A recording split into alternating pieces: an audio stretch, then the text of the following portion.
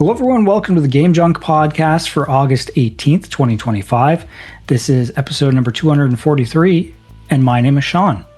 And my name is Andrew. Coming up on this week's episode, it's going to be a short show. I'm just going to say that right now. 100%. Not a whole lot to discuss. Obviously, Gamescom starts this week, and we're just like right at the edge of like we're recording today, and it starts tomorrow.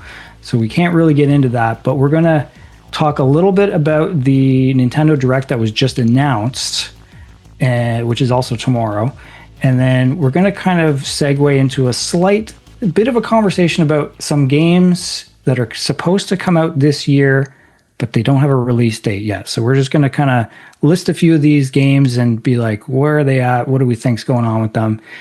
And then we'll get into some things we played, like the Hell Is Us demo and a few other things. But Huck, how's it going? Pretty good. I just got back from a little fun in the sun. I think I had too much sun. Feeling a little burnt out today. So might have to sleep it off. But definitely was liking my time in the sun.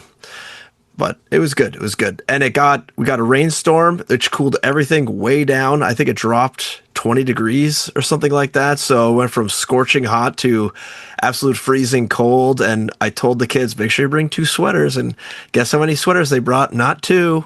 So they're up there for another week. And I'm sure they're going to be a little chillier than they thought. But that's okay. They can re-wear a sweater for a week, I guess, and figure it out. How about you, Sean? How you doing? I'm doing pretty good. I mean, it went from pool weather to I'm not going in the fall. So yeah, yes. It's get that heater cranked up. Yeah. But okay, so before we get into this, we got to address the elephant in the room, which is Frank is not here. Now, this is a bit of a touchy subject that I don't really know how to phrase this, but okay, people remember a couple of weeks ago, Frank wasn't a solemn vow. I forget how he phrased it, but he basically said he's going to beat Donkey Kong Bonanza by the next week or else he's quitting the show. And of course, he didn't beat it. And then another week passed. He hadn't beat it. And I talked to him a couple days ago. He still hadn't beat it. And he actually... Oh, boy. He actually contacted both of us and said, you know what? I didn't beat this game I said I was going to beat. I know that's not the biggest deal in the world, but he kind of said he just wasn't feeling the passion for games right now, which, Frank has his phases, but he kind of said he wants to step away from the show for a bit. So I'm not too sure what that means or what... what is coming in the next little while, but we're just going to keep moving forward and see how things go. Roll with it. I mean, so, we did throw it out to the listeners, whether Frank should be allowed to stay or not. And most people seemed in favor of it, but I don't know. I feel like Frank was feeling the heat. He must have spent too much time on social media and, he's a sensitive soul. That is true. So I don't know. We'll see if we can get him back. Some announcement I feel like is going to get him fired up. But right now he's just said he's out on games. So what can you do? What can you do? Just keep Game Junk rolling, I guess. You got to keep the show must go on. So that's right. So here we are. Okay, so a couple quick things. So as I mentioned, there is another Nintendo Direct coming tomorrow morning, I believe. And as I said last week, every time a new Nintendo showcase is announced, the only thing I'm thinking is, where's Metroid Prime? Maybe I'm the only one who's a little obsessed with that, but couldn't help but wonder, where's Metroid Prime? Because they announced an entire Direct just for Kirby Air Riders. Yes. And I believe they said it's going to be 45 minutes long. I don't know how you can do 45 minutes on that game, but what do we think this means, Huck?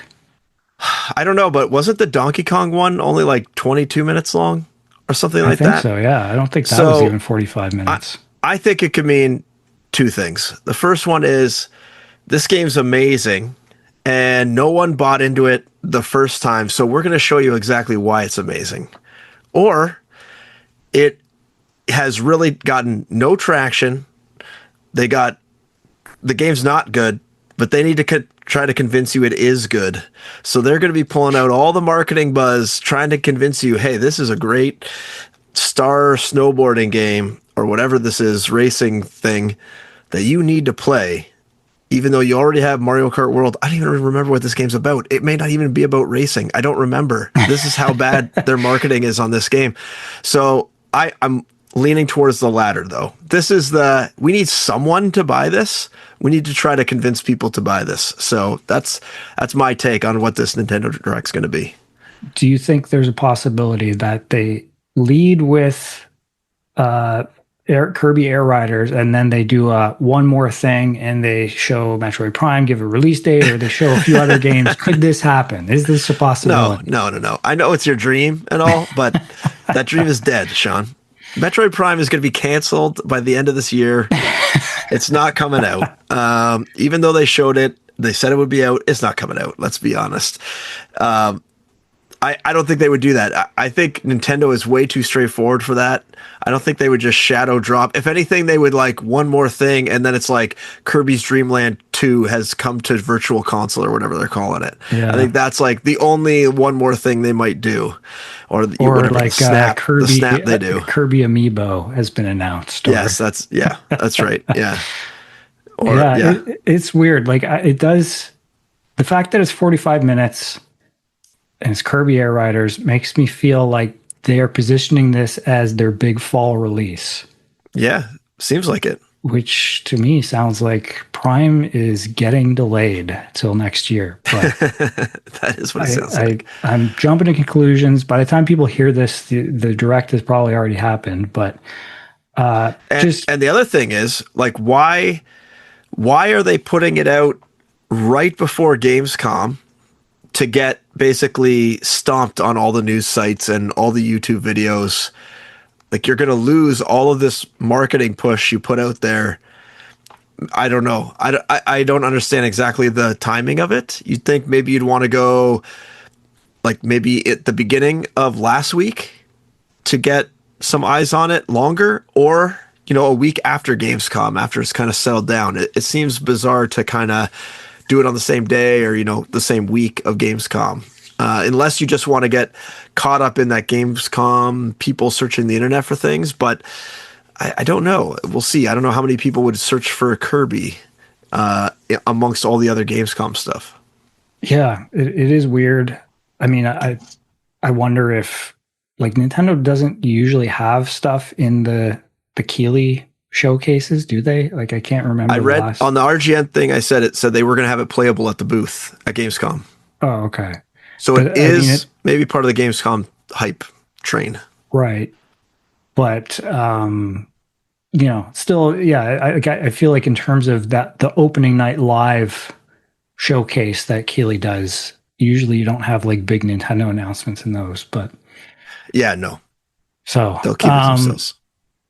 Yeah, strange. I don't know what to say, but it kind of leads into our next topic for discussion, which is, so I was looking ahead, you know, usually end of August, beginning of September, we do our annual Game or Junk episode. Everybody loves it. We go through all of the big fall releases that are coming out and basically say which ones we're excited for and which ones we're not. And as part of that, I was kind of building a list of what are the 2025 releases that don't have a release date yet.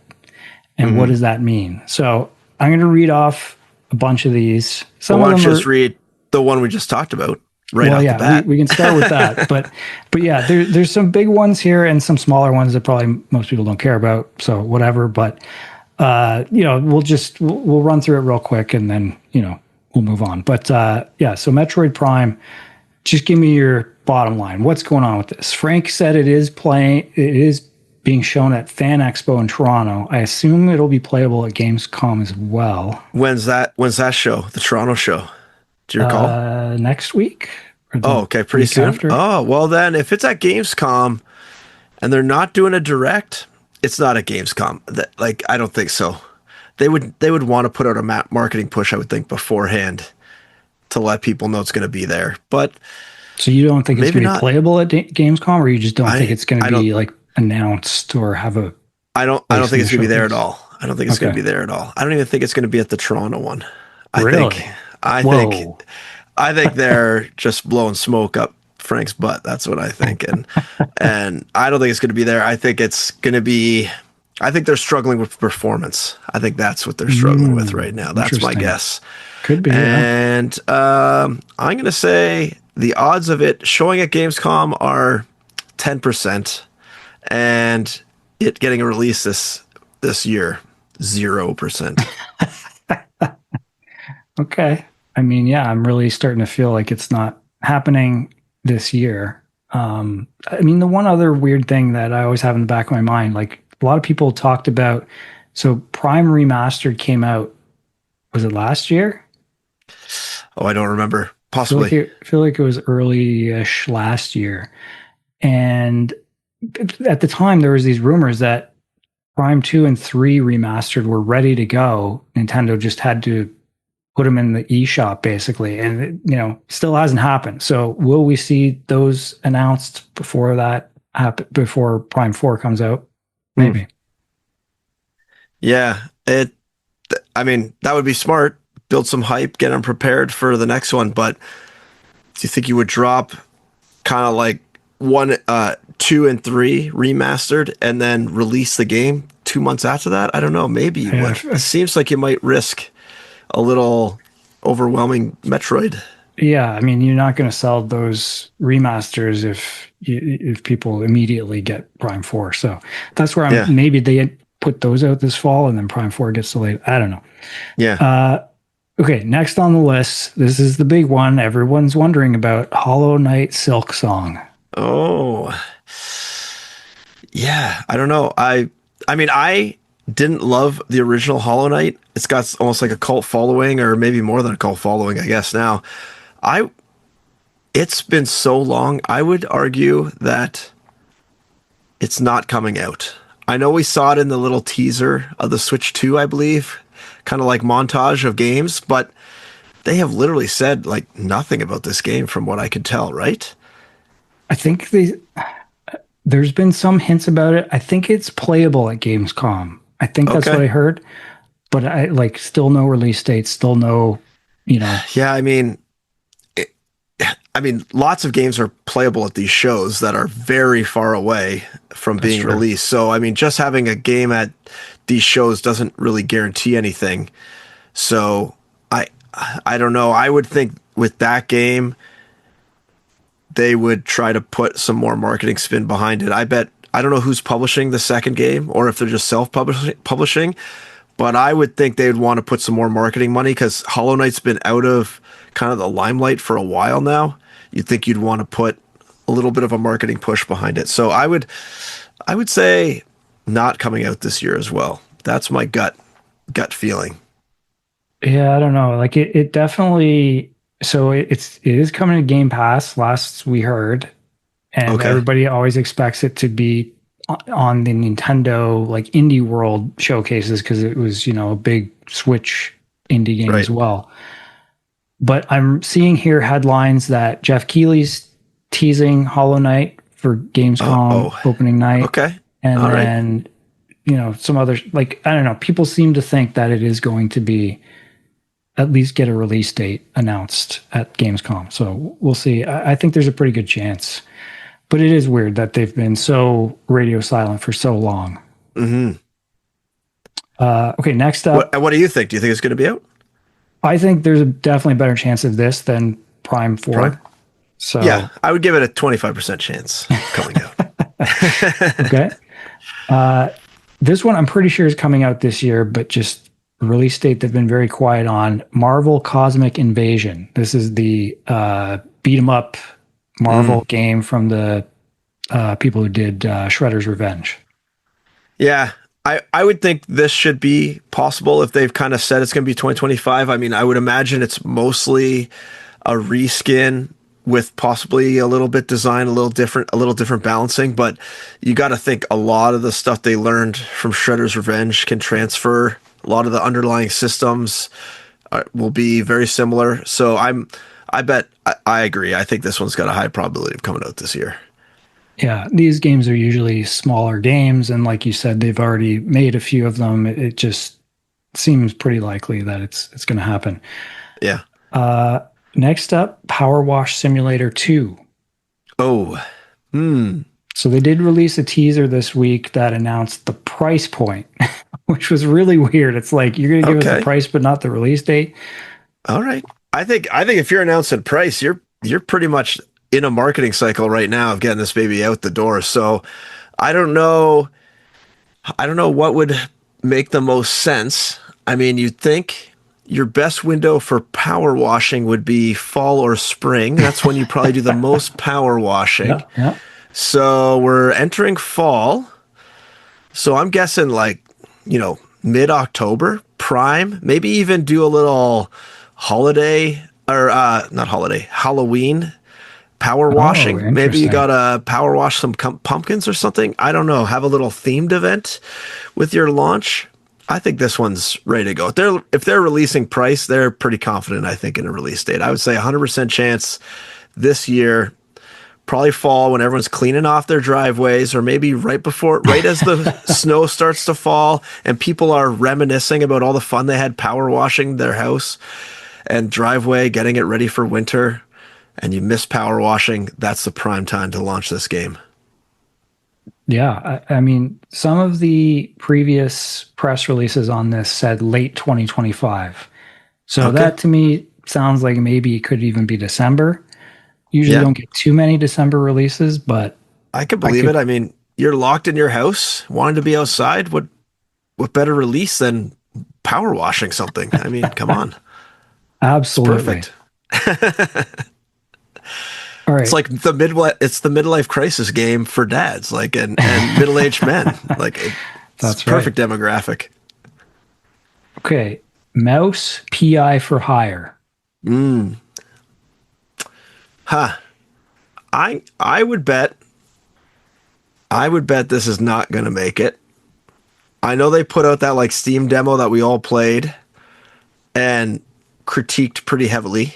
Wait, was there a Steam demo for this? Because I know, I think wasn't there, so. it was a different game that looked like this. Oh, It was that like was it? horror game, wasn't it? Yeah. Wasn't that the same game? No. No, this is like it's kind of like first person shooter with like, you know, Cuphead style Okay. visuals, but For it's some kind reason I of thought like a detective story. okay. For some reason I thought it was the same game, but yeah. No, this one has a little more hype than that. I can't remember That what other that one? other one like. Wasn't it called like Yeah. Bad Cheese or something like that? Oh, maybe. Yeah. Hmm. But the weird thing is, yeah, this one I feel like there was talk of I don't know, there like it felt like they were marketing this like even in the spring, and it felt like they were gearing up for something, and then now it just still says 2025 on Hmm. the Steam page. So I don't know. Yeah, I would guess this one has a 50-50 chance of coming out. I feel like this is an indie game where maybe they started their hype cycle a little soon before they were ready, and they didn't realize that the last 20% of making a game takes 80% of the time. And so they're now stuck in that, oh shit, this is taking way longer to get this ready to go. So I would lean towards not making 2025 personally, but that is kind of just a wild guess, as with all these are. I'm gonna say this is happening just because it feels like an indie game that, you know, the scale of it, you know, I think they could do it. They're just in polish mode right now, but again, it's been very quiet. So it's Hmm. kind of weird. Okay, this one. I I don't remember the last time we heard anything about this game. Replaced. Oh, yeah, not making it. I think this game is dead in the water. Is this and the other one was the other one last night? Those two games just dead in the water, I think. Which one's last night? It's very similar, like also It's like isn't it like a pixel arty 2.5D, same Oh, style, kind of sort of right. place, like, but I think it's more of an adventure game. That one also hit like a big, like, I don't know, 10 Oh, years ago in some yeah. big This show. one was announced in 2014. It looks like Yeah, yeah, the last night. yeah. But I mean, the thing with replaced is it's been like a big thing. I'm not a big thing, but it's been at a few big Xbox showcases, and it's a Game Pass game. It's something they've been promoting, but it just yeah, I don't know. It still says 2025, but Hmm. we've heard nothing. So I don't think that one's happening. Yeah. Yeah, I would think Xbox would be marketing it if they are publishing it. And it seems like they might be because of all the showcases it's been at. I would guess miss as well. But you never know. It could have a big showing at Gamescom. Maybe that's one of the big surprise announcements. I could see this one being, a surprise. Hey, this is coming out in like a month. Get ready, or even less. And with a new trailer or new gameplay, something like that. Okay. Next on my list, I only got a couple more. Stick with us, folks. Mixtape. Mixtape. So this was Is this one of the like riding their bikes all the time? yeah, so I think it's Annapurna is the publisher, Okay. and I forget. So the developer is Beethoven and Dinosaur. Oh yeah, the people who did The Artful Escape. But Okay. this Yeah. this definitely looked very similar to Lost Records in my Yeah. mind. Yes. Um, and it was shown at something like a couple months ago, but yeah, no release date. 2025 is still what it says on Steam. Hmm. Like from what I remember of this, it didn't show many gameplay mechanics, and I feel like it would be probably a pretty short game. So in theory, like if they button it up, they could probably get it out pretty quickly, but at the same time, who really knows? So I think it could come out, but it's gonna be it's I don't know, it's gonna be up in the air. Annapurna is, I feel like they're pretty lenient with their games and like don't rush things in general. From like they don't usually put out games that are absolute disasters. So I don't think they would rush it if it didn't have to be. Yeah, I mean, my guess is they want to put some space between Lost Records and this. Yeah, So, that's a good point too. Yeah. but yeah, I'm feeling like I feel like this one's leaning towards 2026. So, um, okay, Darwin's Paradox. Do you remember this game? No, I do not. So this was the one that was announced at like State of Play a couple of maybe it was like earlier in the year, and I don't know if it's a PlayStation exclusive, but it was I, I believe it's Konami is the publisher, and you play as like an octopus or squid. Octopus looks like, and right because yeah, you use the ink and all of that. So it seemed kind of cool, kind of like a old school platformer with an interesting twist, but they said 2025. We've heard nothing. Yeah, I just watched a little gameplay video. Almost gave me a little bit of like inside Limbo vibes as well, some of it. Um, yeah, I don't know. I thought that from the gameplay I just refreshed myself on, it looked pretty solid, and it was 6 months ago on the PlayStation channel that gameplay trailer was released. So it's looking quite polished.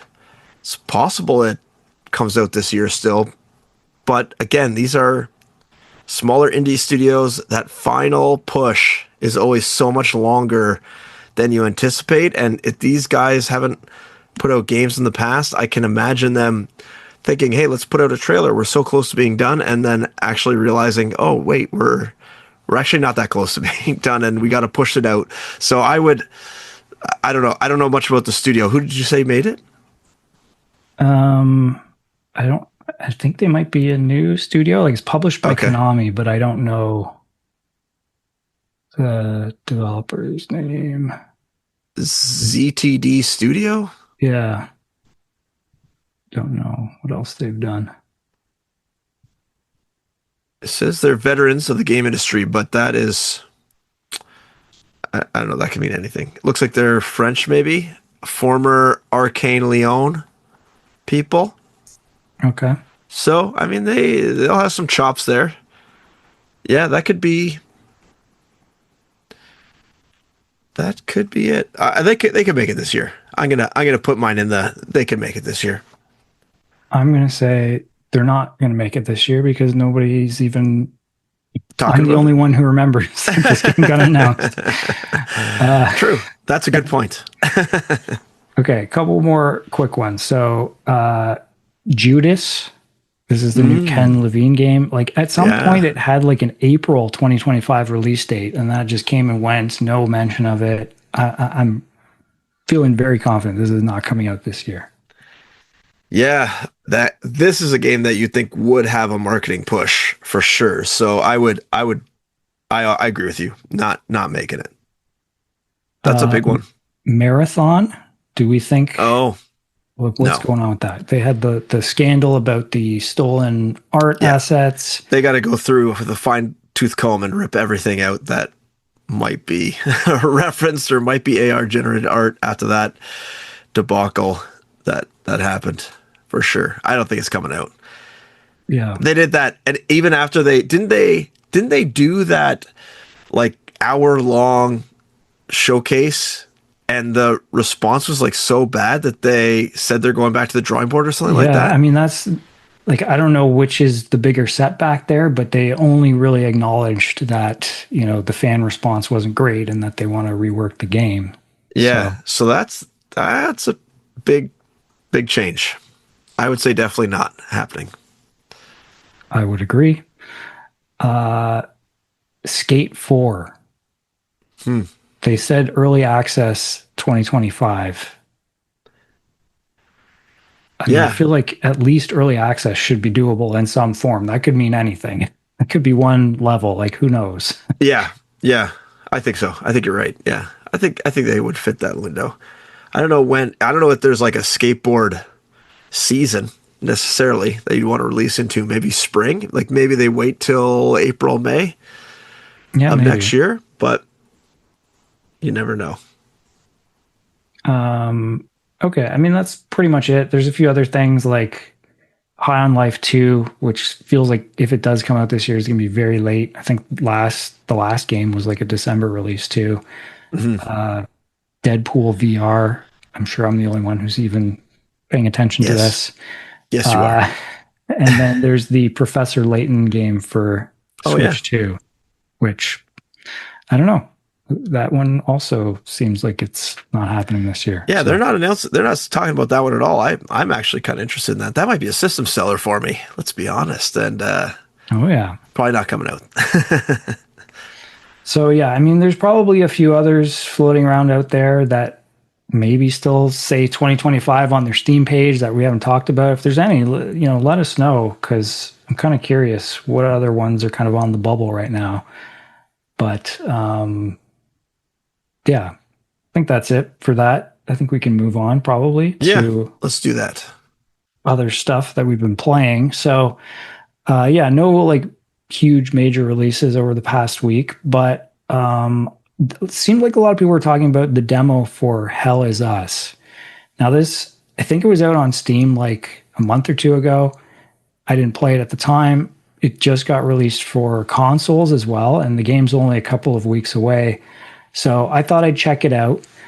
And Huck, you checked it out to some degree as well. To some degree, yes, in a certain way. I decided to. Sean did give me the heads up. Oh, let's play this demo. I was like, yeah, that's a great idea. I'll definitely play the demo. And then like 15 minutes before the show, I was like, oh shit, I haven't played the demo yet. So I watched a YouTube video of the demo on like 3 times speed. So I got a taste. I got a good taste. I got through the whole demo. I mean, it's not probably not that different from my experience, but this, if you don't know what this game is, for me, there was a couple of trailers that we saw, and every time I saw a trailer for this game, I thought it was going to be Death Stranding 2 or I thought it was like going to be silent, like a new Silent Hill game. Like I Hmm. kept thinking it was other things, and then it ended up being this. So it's sort of a science fictiony horror game. I would say Alan Wake also feels like a bit of a reference point for them, for sure. Um, so wanted to Maybe mention real even a quick. little. I was gonna say also. I wrote down Resident Evil as a Yeah, example because of the puzzles and like finding all the keys and stuff like that. yeah, So for sure. Like it's weird because I've seen a lot of people framing it as a Souls-like, which I kind of see, but like it's a survival horror game. Like I don't, like yes, there is combat and it has like a stamina meter, so it's like, if you do too many powerful attacks, you're kind of you can't attack for a minute, or if your health goes down, then you move slower, like all that kind of stuff. But that's also part of survival horror, so I feel like that's mainly where it's coming from. But maybe there's other stuff I'm yeah, missing. that was my vibe as well. Survival So horror. I just want to mention though, there is this warning supposedly at the beginning of the game. I skipped right past it. So I think I just thought it was like, your standard like epilepsy warning or something, but Hmm. I'll read what it says because people have been commenting on this. So when you fire up the game, it says, warning, our game has no map, no markers indicating where people or things are, where to go next, or who to talk to. We will never tell you precisely what must be done or how to do it. To thrive in Hell Is Us, you will need to pay attention to your environment, listen, and be vigilant. So I don't know if this is just for the demo or if that's going to be in the full game as well, but it kind of gives you an idea of what they're going for here. Hmm. Uh, could be off-putting for some people, maybe. Yeah. Well, I mean, I was talking about this with Suikoden 1 last week, how they added that log that lets you kind of keep track of the key pieces of information. And, just having that as like a reference point when you come back after not playing for a couple days, I imagine a game like this would be impossible.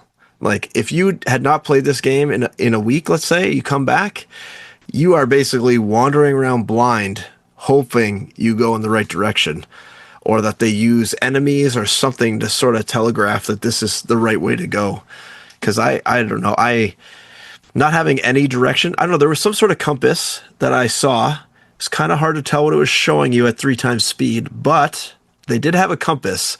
So is that just showing you literally direction that you're heading Yeah. north? So there, like, I only briefly used it. Like, you talk to somebody at one point and they say, oh, there's a med kit to the west or something like that. Okay. And so I was just like, okay, which direction is that? Okay, that's where I'm going. That's really all I needed it for. But I will say this, warning message, I got more of that vibe once there's sort of this like, I guess it's like a cave. I don't know exactly. You go into this area Yeah. and it's dark and you really can't see. Like you have a flashlight, but it's one of the narrowest beams I've seen in a video game. So it was really frustrating because it's like you go into a room and you're kind of like, okay, is there even a door, an exit from this room?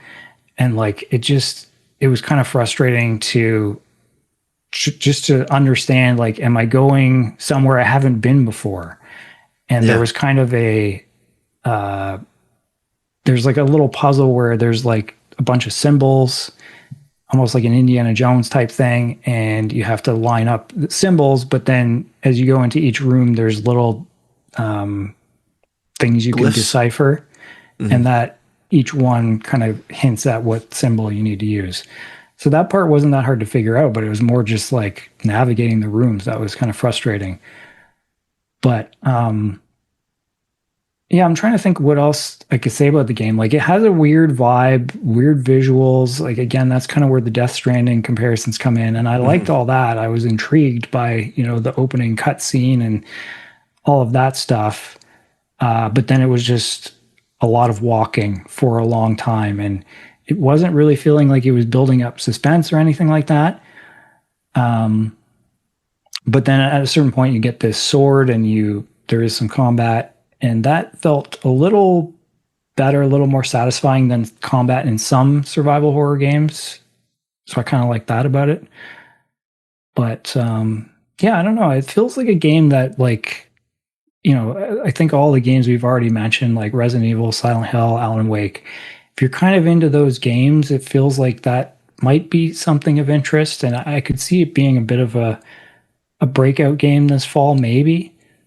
But I don't know. It's hard to tell. There's some other big games. Obviously, there's a Silent Hill game coming out in September as well. So Yeah.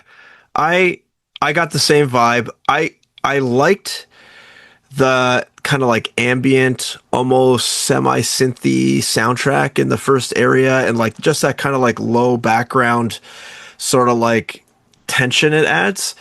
But after that, the like once you get into that cave you're talking about where it becomes a little more abstract and you get these like weird enemies. The enemies are kind of like all white with like a circle, like a hole in their head essentially, or a hole in their body potentially. And some have like multiple legs. And just like that contrast is so drastic and there's no real context for it. It's almost it almost clashes with what you think, and even the environment reminds me of like World War I, sort of like trenches. I mean, there's obviously like this clash because there's like these World War I style trenches with wood beams, but then there's like APC vehicles that are high tech that you get into, and then your gear is high tech, but you're using a sword, and then there's these monsters that obviously aren't from this world that you're in, and there's some sort of weird experiment going on. So it is trying to get that sci-fi, I don't, mystery going on, but at the same time, it's so almost out of place that it's almost like you had two art directors. One was directing the character, like the enemy characters, and one was directing the environment, and maybe one was directing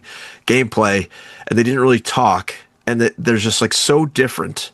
And I don't know if that's part of what is supposed to draw you in, that it is so different, but for me it almost does the opposite. Like I don't feel like they gel at all right now. That's like my first vibe on it, and it almost just feels wrong.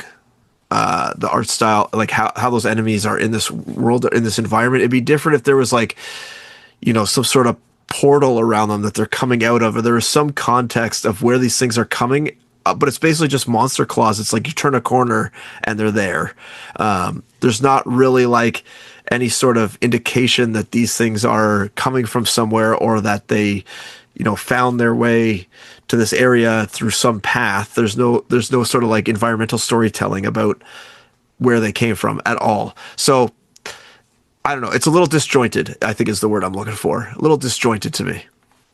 yeah, I could see that. I mean, I do feel like probably it's building to maybe some kind of explanation for how some of these things fit together.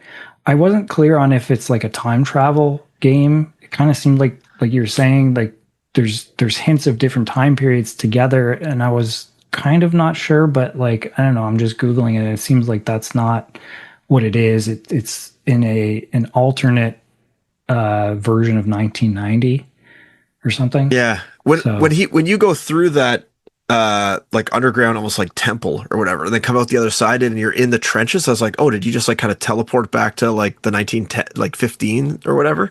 But yeah, it didn't really seem like that, which probably would have been cool. But I have a feeling it's going to be some sort of like Stranger Things type experiment gone wrong explanation. That's my initial thought. yeah, sounds like it. Okay. Any other thoughts? I didn't actually finish the demo, so I don't know. You probably saw more of the game than I did. I probably did. No, I think, well, after you get back to the APC, it's basically just a cutscene, and then that's really it. There's like a little more, world building, I guess, a little bit after that, but that's about it. There's not too much more. Yeah, I just felt like the gameplay I saw too was, for a demo. I mean, we had these discussions at Silicon Knights all the time about like, do you put out a demo or do you not? We've had them on the show. like, do they hurt your game or do they help your game? And in most cases, almost every piece of research is that they just hurt your game. They almost never help.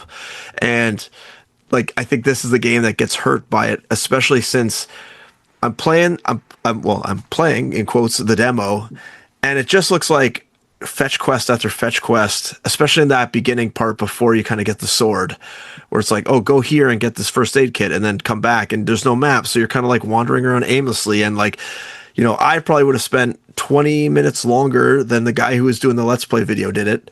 And I think I was mentioning to you before the show, like there was a bunch of hard cuts that were noticeable in this demo where obviously the guy was like, screw this, I'm cutting back. And like, now I know where to go. So I think that is going to be a turnoff. And especially like as an intro to a game, not really like quickly getting to the main loop of the game. Like if the main loop is literally like go find this thing and come back, as like the shittiest like RPG quests have taught you are not fun, then I don't know if that's the best representation of this game, but that's like the representation I got. So I think they didn't do themselves any service by leaving that stuff in. Like for a demo, strip that all out. Don't have them do all that stuff. Like don't put all the collectibles around. Don't have all the extra paths. Block them off by logs, like physical logs that block your way from going to find that stuff in the demo only. And then in the full game, open it up. Like you want to just get to like what the game is about. People don't care about searching for random shit that doesn't mean anything in a demo. You're trying to figure out what the game is like, and so you got to really make sure you show what the game is and jump. Like, I mean, you have lots of demos sometimes where they do hard cuts to like areas of the game that are halfway through the game just to show you hey, this is what combat is really like down the road. And I think that's sometimes smart to do, even though it obviously is not, the beginning of the game. Yeah, so, I guess it depends, because some demos, they kind of, they give you the beginning of the game and then you can continue your save. Yes. So I think they hope that you kind of get hooked and you're like, oh, okay, I want to come back and keep playing this.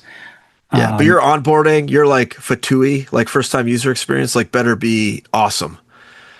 If you're going to do that, because if you don't hook anyone, then you haven't even got that initial purchase out of them.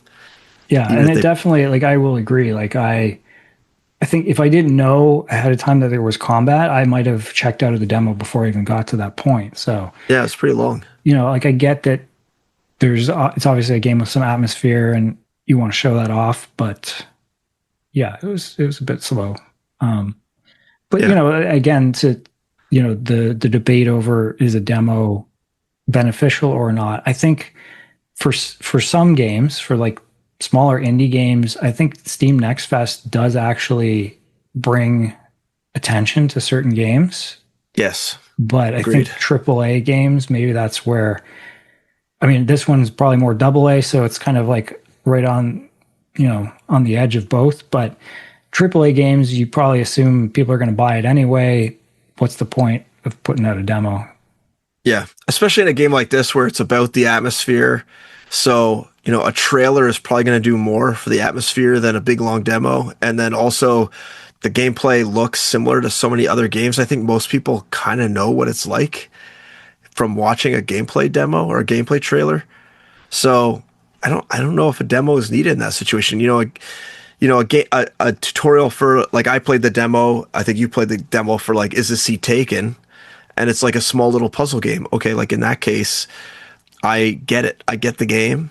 I know I can, like, I'm interested to see how they do little twists on this puzzle mechanic.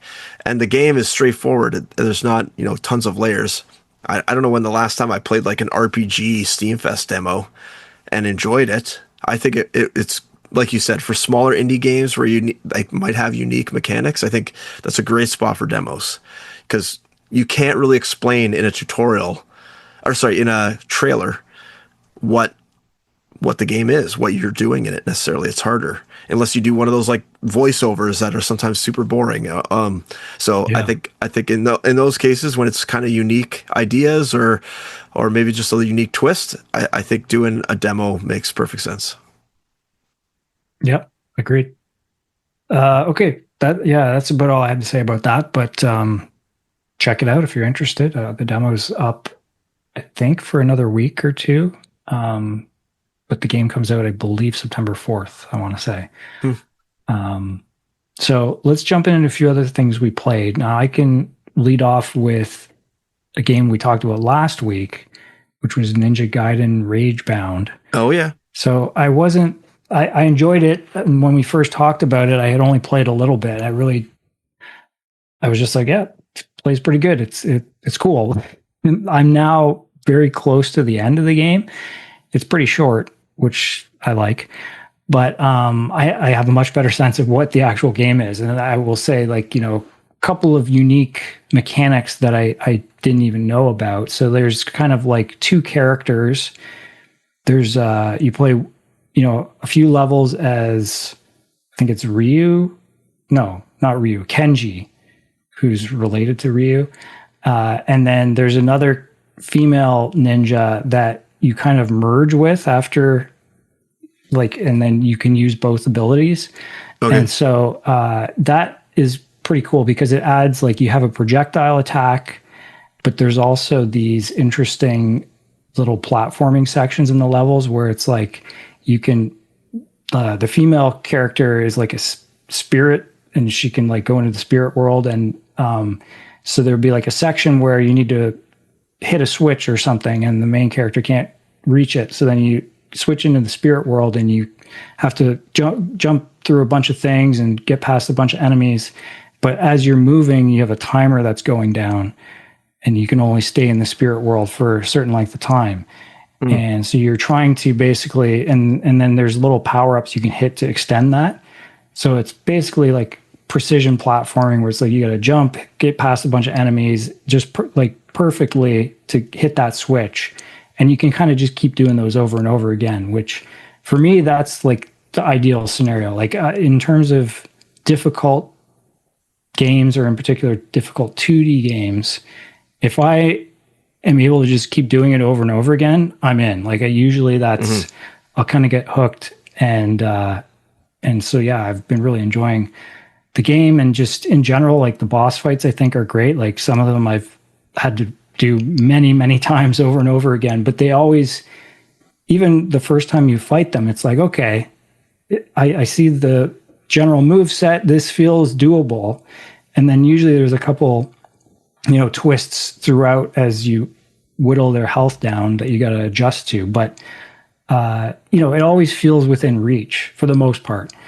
Yeah. And I kind of there was like at the end of World 3, there was like one boss fight that took a pretty long time. Some of the bosses are just, my biggest complaint is they are just very bullet spongy. It just feels like you got to hit them so many times. Like you figure out the patterns and you're like, okay, I'm dodging almost every time, but it's going to take me 15 minutes to beat this boss, which is not the best.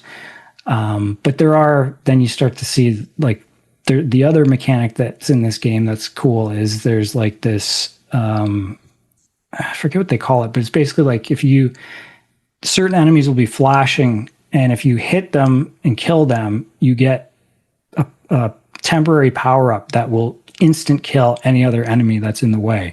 So It's like if you can say some enemies will take like 5 hits to kill, but if you have this power up, you can kill them in one shot. So then it becomes like you've got a few enemies coming at you and you're like, okay, I'll prioritize that one because then I'll get that power up. Then I can kill this guy in one shot. And it's like, it's all about kind of planning your strategy. And I really enjoy that. So really like the game, kind of short-ish, I guess. But I'm imagining I'll have it beat in the near future, hopefully, assuming the last 2 levels aren't insanely hard. And yeah, I guess my other complaint is there are some like talismans that give you different abilities, but within the first couple levels, I had the ones I liked, and all the other ones sounded worse to me. So I was like, I'm getting currency to buy stuff, but I'm like, I'm not going to use any of these. I like the ones I have. Right. So yeah, it's kind of, but some of them are actually, I don't know if they got this idea from, the last Mario game. What was the last one called? Wonder. Yeah, they had like badges that could help you, but then they had badges that could make it harder. And then Right. in this game, there's talismans that can make the game harder, which increases your rank if you want to get like A plus Right. or S tier or whatever it is. Gotcha. So, I mean, that's probably not for me. I probably won't go down that route, but for people who really want to challenge, that's there. So that's kind of cool. But Huh. yeah, That's interesting because I thought after last week's discussion that you might not stick with it because I think Frank was saying he was finding it kind of hard. So I was kind of surprised that you would.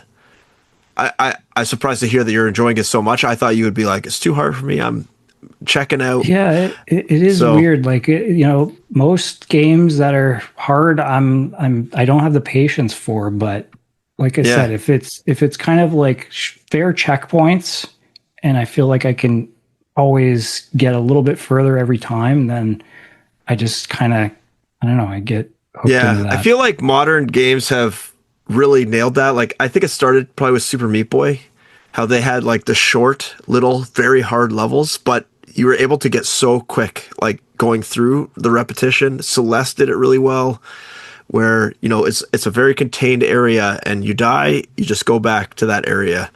So it's good to hear that they have the same thing in this. I actually was going to pick it up, and then after last week's show, when we were talking like how it's so hard, I was like, I don't really have the patience for that kind of game anymore either. So now maybe I'll pick it up again and give it a try because I know it got pretty high ratings on Metacritic and whatnot.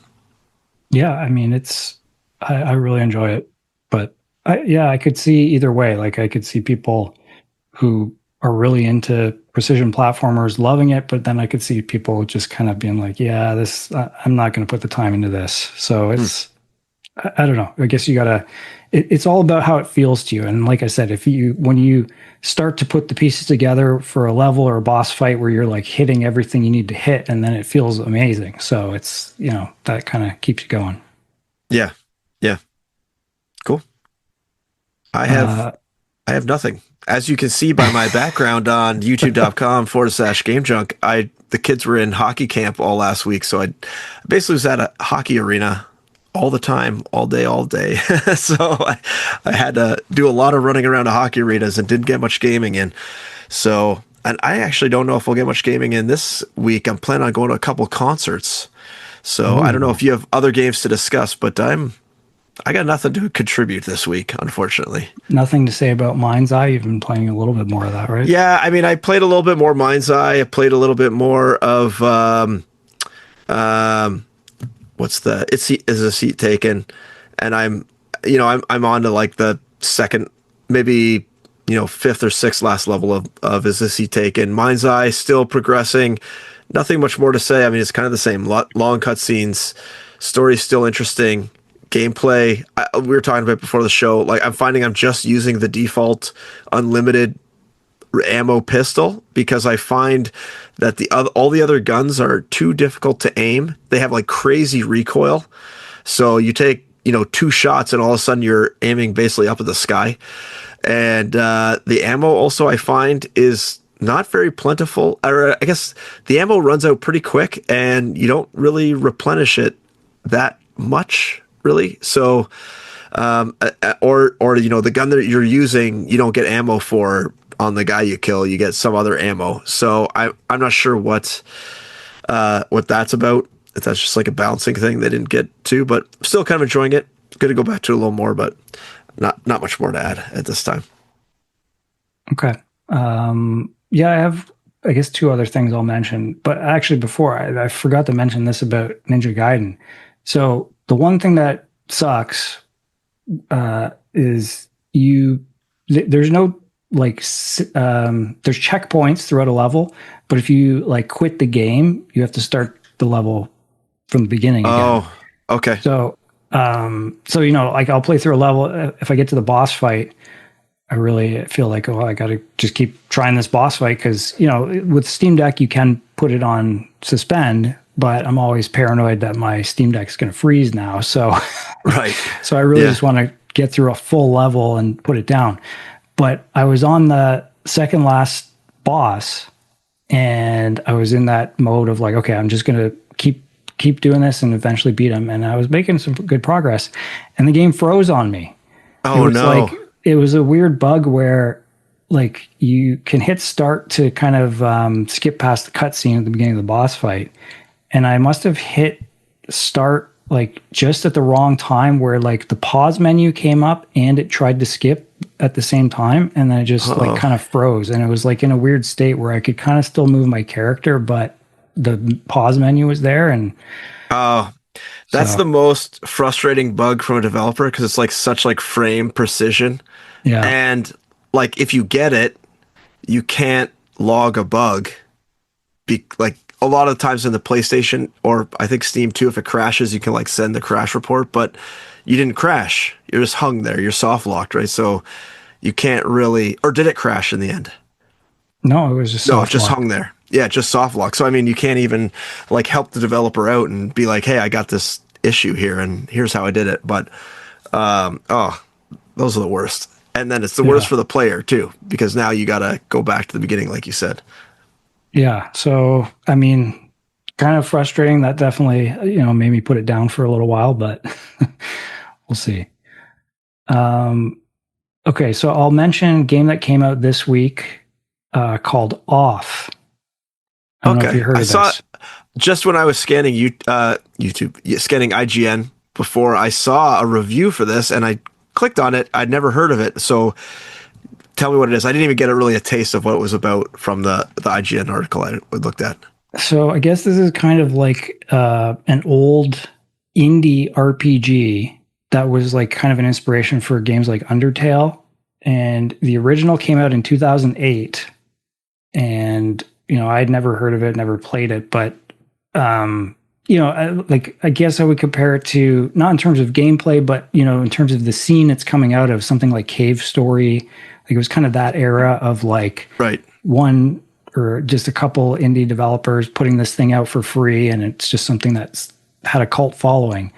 So it was made originally in RPG Maker. They've redone it now in Unity, released it on Steam, and kind of given it proper full release. And so I played, maybe about an hour of this. I think it's fairly short, maybe 5-6 hours, something like that. And I liked Undertale quite a bit, so I was kind of like, oh, I want to see, where the inspiration for this came from. And I'm liking it, but it definitely has some elements of like old school RPGs that are turning me off a bit. Like it has random encounters, which I really do Okay. not like. Yeah. I don't know if a lot of RPGs these days still have those, but I just just bug the hell out of me. Some do. Yeah. Some do. Some don't. Yeah.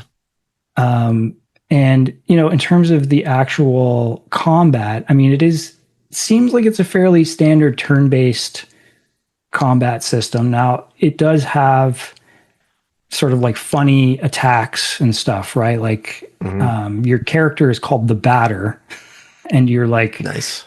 basically a baseball player holding a baseball bat, I guess. But then the attacks and sort of the magical special attacks or whatever they're called. I can't remember what some of them are, but they're just weird descriptions, strange Hmm. titles, and the enemies have similar strange things. Like one of the enemies had an attack that like makes you lethargic, and you just Mm. don't want to That do almost anything. sounds like Earthbound. Do you ever play Earthbound? Yeah, I mean, Earthbound definitely feels like it. Well, obviously came out before these, but probably was an inspiration for them, and obviously Hmm. Undertale as well. Um, but there is something like I couldn't quite catch on to what was going on in the combat system, and I was just reading some stuff about it recently that, like, I guess there is a cooldown on attacks. So it's not strictly turn based. It's not like you attack, the enemy attacks. Mm. It's like if your weapon you've chosen or whatever recharges fast enough, you could do two attacks in one round. Okay. And there's like a little kind of thing that kind of like an indicator that moves down to show that, but I didn't fully clue into it. So I think there's a Okay. little bit more to the system that I'm not getting yet. But Yeah. anyway, In like Final Fantasy and Chrono Trigger, they call it like the active time gauge or something like that. okay. So it's basically like how fast it's basically your speed value. Okay. But It could be a little different in this game.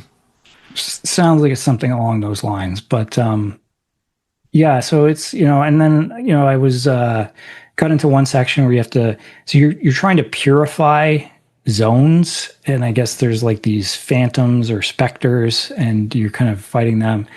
And I got into one section where there's a mine you have to clear out, and it was just very maze-like, where I was just like, every turn looks the same, and I'm getting Yeah. lost, and I'm like, ugh, okay. Like that stuff was turning me off a bit, but it has a very unique vibe and atmosphere. It kind of feels very dreamlike.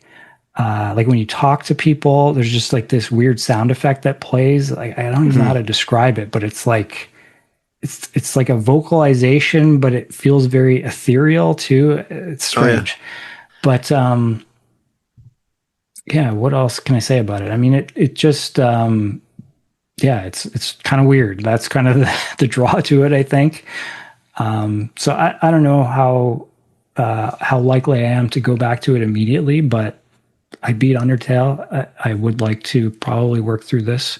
Although playing Yeah. it, I was like, you know what? Maybe I should be playing Deltarune right now because I Yeah. did start Maybe. that too. So I did watch the trailers there while you were talking, and it is very Undertale.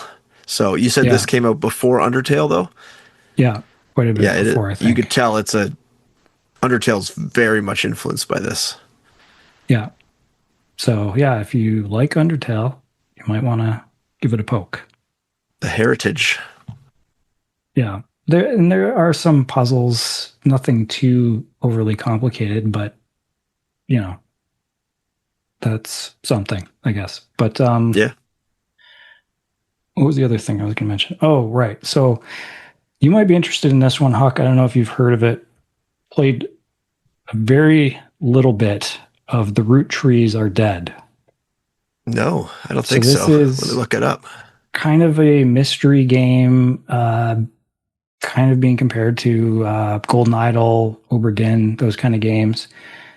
I believe there's a free version of it that was out on itch.io, and now they've kind of redone it and given it a little more love and given it a proper release, but very highly reviewed for this year. Yeah, So it wow. was kind of on my radar. 97% on Steam. Yeah. And the basic idea is that there's like a plane crash or something, and a family has died, and you're kind of going through the family tree because people are going to be coming out of the woodwork to try and, like, they're a rich family, so people are going to be trying to get their share of the family fortune. Hmm. And I just basically did the prologue, which was like there's three sisters, and you have to kind of figure out from some information what their names are, what their occupations are, and who they're married to, things like that. And it's interesting because it kind of gives you an interface where you're like on a computer. It's kind of like one of those like 90s computer simulation of a desktop from that era. And you can go on the internet and type things in to search for stuff, but it's not like it gives you like full search results. It'll kind of just summarize and be like, okay, you found some pages and here's the information you got from this. Hmm. So in that sense, it reminded me maybe a little bit of like Her Story or something, where it's like you see a keyword somewhere and you're like, okay, let me go search the internet for that, and maybe it turns up something useful. Yeah, there's another adventure game company called Wadget Eye, which I've talked about on this show, and they have similar like mechanics for searching on the internet as well. So maybe a little usage of that. But this is a remaster of a game that came out in 2023. It says. Yeah, so that's what, like, I'm not too clear. Like, there was a free version on itch.io. I've seen it. I think it's still there, but I Okay. don't know what the differences are. Like, I don't know if they've expanded the story or if it's just cleaned up a bit. Like, I actually, like, in terms of presentation, that was the one area where I was like, I don't know. It's like, I expected a little more, especially based on the reviews. But, the actual detective work and puzzle solving was very compelling. So I'm looking Hmm. forward to going back to it. I guess the one thing is it seemed like once you do that prologue, it kind of unlocks the whole family tree, and it looked very overwhelming to me. I was like, oh God. So, but aside from that, I could see it being a lot of fun and definitely up my alley, probably up your alley as well. Yeah, no kidding. Yeah. So it says on the Steam page that they got new illustrations, new voice talent, and a new user interface and new music. So it sounds like they kind of overhauled a lot of the art aspects to the game. There's also a 90s mystery adventure bundle right now on Steam that also includes Kathy Rain 2, which is a game I always wanted to try out. So maybe I will take advantage of that bundling and get this one as well. Isn't that a Wadget Eye game? I don't think so, but it's a very similar style. Yeah, no, it's not. Yeah. I guess that's about it for me. I mean, I'm always dabbling. I'm sure there's more I could talk about, but we'll end it there, I guess. Anything else you can think of, Huck, that you want to mention? No, I don't think so. I'll try to do better for next week. Okay. Well, I'm hoping we'll have a lot to talk about because, as we said, Gamescom is happening this week. There's definitely the opening night live. I think there's an indie showcase. Maybe some other stuff. And that Nintendo Direct is happening too. So we'll see. I don't know if Frank will be drawn back in by the hype machine. Well, I hope so. But if they drop Metroid Prime 4, I mean, he has to come back, right? Right? Mandatory? That's true. But I don't know. Maybe he's just out of games right now. Maybe he's not feeling it. True. Maybe he's got to wait for the colder weather to hit. He's just, loving life. Lying poolside too much. That's right. Yeah. How dare he enjoy sunlight? Gosh. Yeah. Okay. Well, I think that's it. What does Frank usually tell people to check out? youtube.com/Game Junk. That's right. We are on Twitter and X and Blue Sky and other social media places. And you can join the Discord. The link is also in the description on the YouTube page. I think that's about it. So until next time, we'll see you guys later. Bye-bye.